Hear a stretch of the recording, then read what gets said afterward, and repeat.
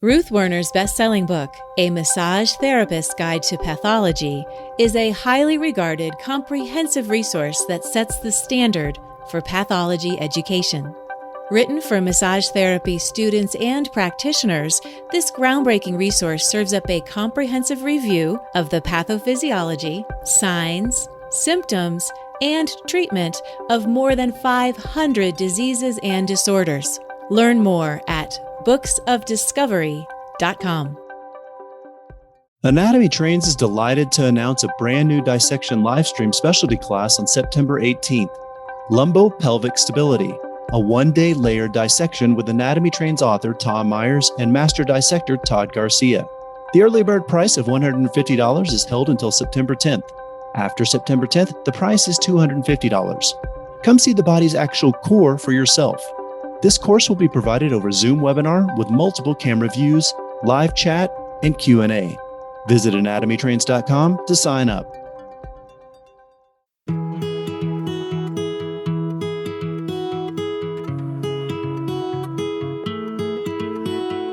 Hi, and welcome to I Have a Client Who, Pathology Conversations with Ruth Werner, the podcast where I will discuss your real-life stories about clients with conditions that are perplexing or confusing.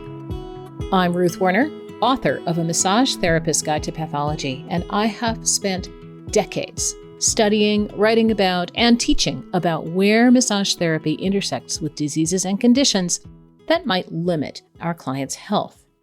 We almost always have something good to offer, even with our most challenged clients, but we need to figure out a way to do that safely, effectively, and within our scope of practice. And sometimes, as we have all learned, that is harder than it looks. For this episode of I Have a Client Who, I'm not going to pull a direct quote from one specific contributor. Rather, I will use the same question I've seen come up in a variety of locations over the last several weeks, which is essentially this. What are some good recommendations for working with clients who have Ehlers-Danlos syndrome? Well, I could cut this really short by directing interested listeners to the article I wrote on Ehlers-Danlos syndrome in the November-December 2019 edition of Massage and Bodywork magazine called Ehlers-Danlos Syndrome, This Time It's Zebras, Not Horses. And of course, I will include a link to that article in our show notes. It's a pretty complete overview, and it has a bonus video that covers all the gazillion subtypes of Ehlers-Danlos syndrome as well. That's a bit of a moving target because this is a genetic disorder. And as we learn more about it, different ways of classifying the subtypes emerge to disrupt everything that we thought was correct before, because this is all part of the joys of iterative learning, right? But, since we're all here, I'm happy to take a few minutes to give you a thumbnail sketch of this disorder with some special emphasis on important variables that might inform your decision-making process. Have you ever heard the saying, when you hear hoofbeats, think horses, not zebras? People with Ehlers-Danlos syndrome are sometimes called medical zebras because they often present with what looks like common garden variety musculoskeletal aches and pains, but this turns out to be related to a whole body problem with a variety of genetic mutations that interfere with the formation of collagen. Ehlers-Danlos syndrome, or things that look like it, have been in the medical record for literally thousands of years, dating back to 400 BCE. Edward Ehlers and Henri-Alexandre Danlos joined their observations and proposed to label this collection of connective tissue disorders in 1936.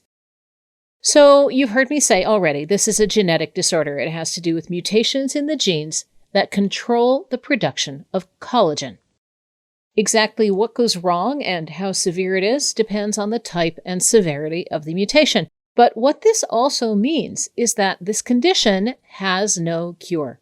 It can only be treated by addressing the symptoms it creates and helping affected people to find ways to live with this sometimes, I should say often, challenging situation. The main symptom for most forms of Ehlers-Danlos syndrome is super-duper hypermobility in the joints. This isn't the freedom of movement we get with healthy, stretchy muscles. This is too much movement, related to lax ligaments and loose joint capsules. People with EDS are prone to frequent dislocations, but here's the thing, their ligaments might be loose, but their bones and their cartilage and their muscles and their tendons, they can all still be injured. So every time their shoulder pops out of right relationship, the other tissues that should be supporting the glenohumeral joint, well, they get stretched and injured and scarred up. When people with EDS dislocate fingers, those joints get damaged too. Slipping and sliding in the facet joints of the spine, that's a recipe for spondylosis and bone spurs and pain. In short, people with Ehlers-Danlos syndrome are a setup for various kinds of osteoarthritis. And the joints are not the only places that tissues get hypermobile.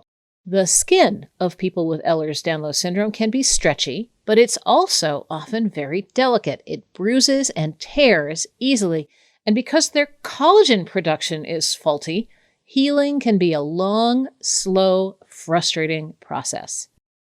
Weak collagen also affects the integrity of certain organs.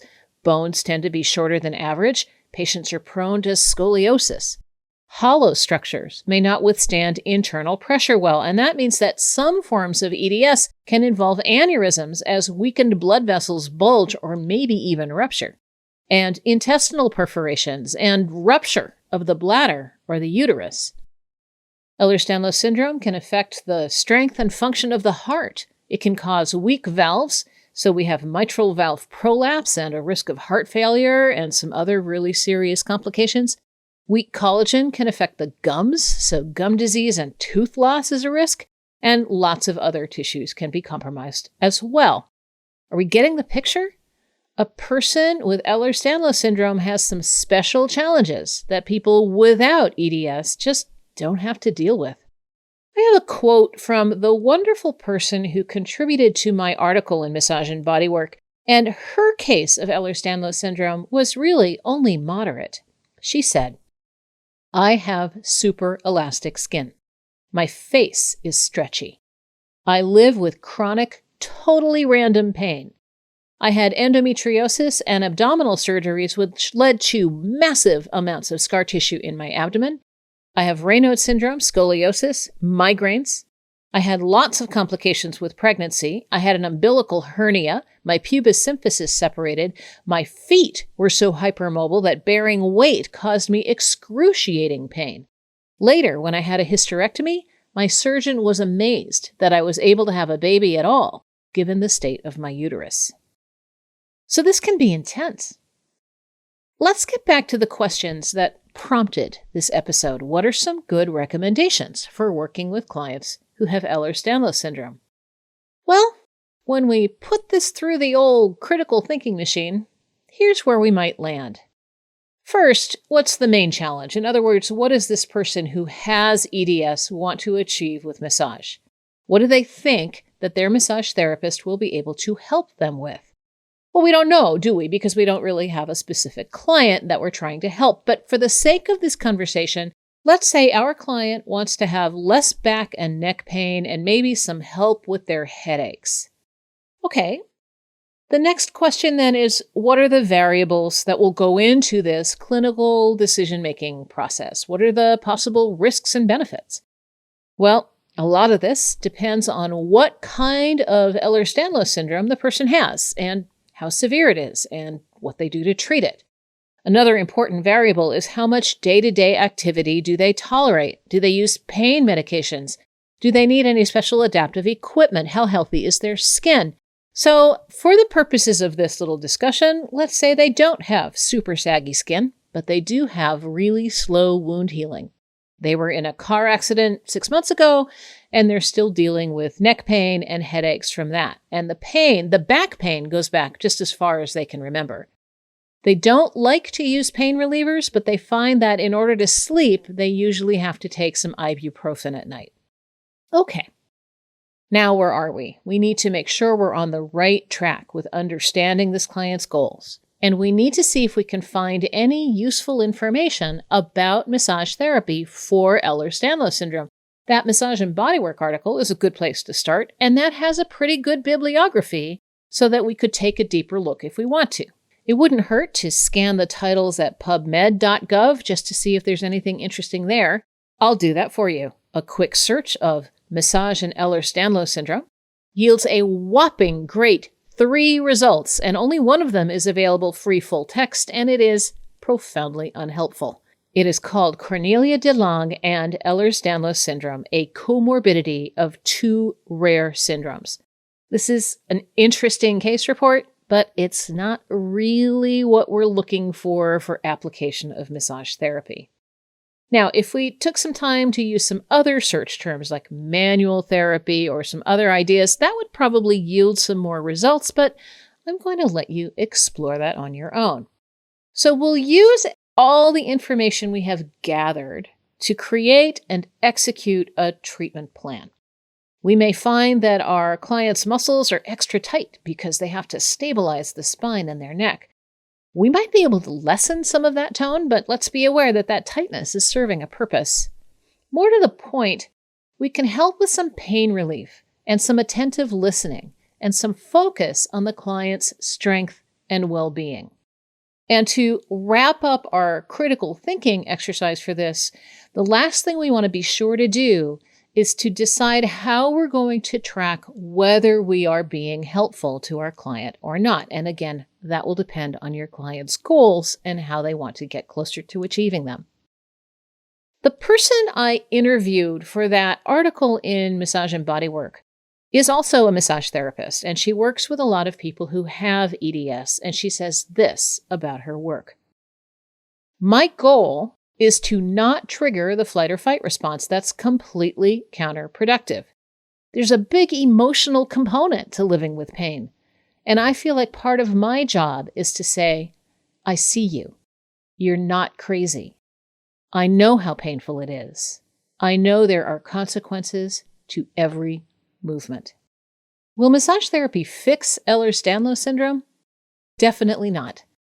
We can't undo the genetic anomalies that contribute to abnormal collagen formation. We can't tighten loose ligaments or strengthen weakened blood vessels. But here, as with all painful and chronic conditions, what we can do is put our focus on reducing pain, reducing stress, and increasing the client's sense of themselves as whole and healthy humans. It's such important work. And I'm glad to be doing it with you. Hey, everybody. Thanks for listening to I Have a Client Who Pathology Conversations with Ruth Werner. Remember, you can send me your I Have a Client Who stories to ihaveaclientwho@abmp.com. That's I Have a Client Who, all one word, all lowercase, @abmp.com. I can't wait to see what you send me, and I'll see you next time.